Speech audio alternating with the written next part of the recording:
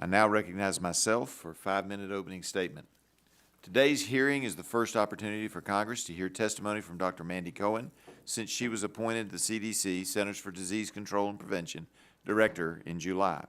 Dr. Cohen, congratulations on your appointment.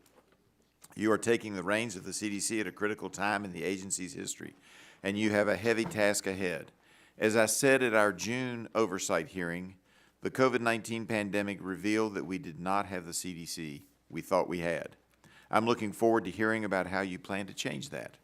This hearing is also an opportunity for us to hear firsthand about how the CDC is responding to the ongoing respiratory virus season. I'm particularly interested in hearing about how CDC is helping to mitigate the shortage of respiratory syncytial virus, or RSV, immunization for all infants. We have already heard reports that RSV cases are rising sharply in certain areas of the country and that some hospitals are in surge mode. With unprecedented demand for RSV immunizations this year leading to supply constraints, I hope we will hear what the CDC plans to do to ensure we have a sufficient supply of product for the seasons to come. It's great that we have a safe, effective RSV immunization to protect our children, but it does us little good if we don't do a better job at preventing supply constraints. Questions remain. How is the CDC planning to rebuild public trust in the agency? Has the CDC learned from the mistakes it made during the COVID-19 pandemic? Is the CDC committed to making the hard and deep reforms needed to avoid repeating those same mistakes? While I'm looking forward to hearing your testimony on these points, I candidly haven't seen much outward evidence yet that the CDC has taken the failings of the COVID-19 pandemic to heart. Another area I have grave concerns about is the detrimental effect extended school closures have had on our kids' learning. According to a report by the National Assessment of Education Progress, the average testing scores for U.S. 13-year-olds has hit the lowest level in decades. According to a New York Times report from earlier this month, school closures led to 50 million children, including my own, being out of the classroom, causing these students to miss an extremely crucial time in their lives since they were forced to attempt to learn from home. And let me assure you, learning from home for school-age children is not as effective as being in the classroom. In the same report, the Times claims this may prove to be the most damaging disruption in the history of American education. The damage wrought by school closures was enormous, and our children will be living with its consequences for decades. As I've said before, for better or worse, CDC recommendations and guidance carry great weight.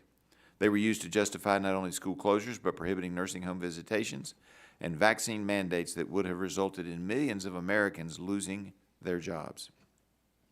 In addition, businesses, fitness centers, and worst of all, churches and other places of worship were closed.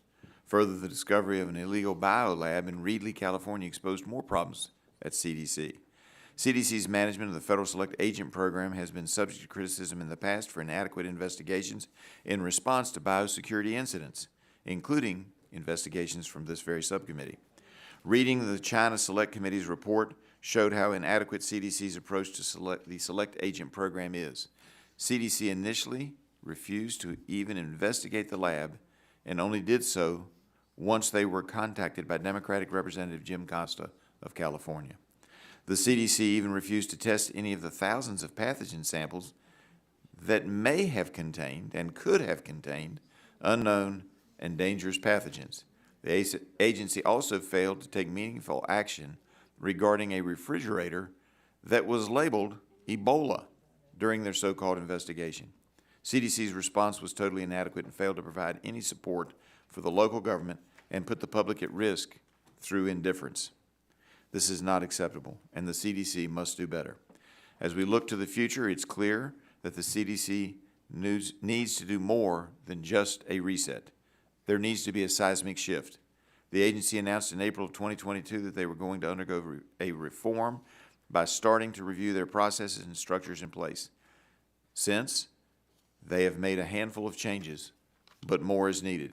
I know that you've not been there long enough to implement a seismic shift, but I hope we can start to see CDC guidance driven by the latest science and robust evidence. In closing, I hope your tenure as director will start that process and reinvigorate this important agency.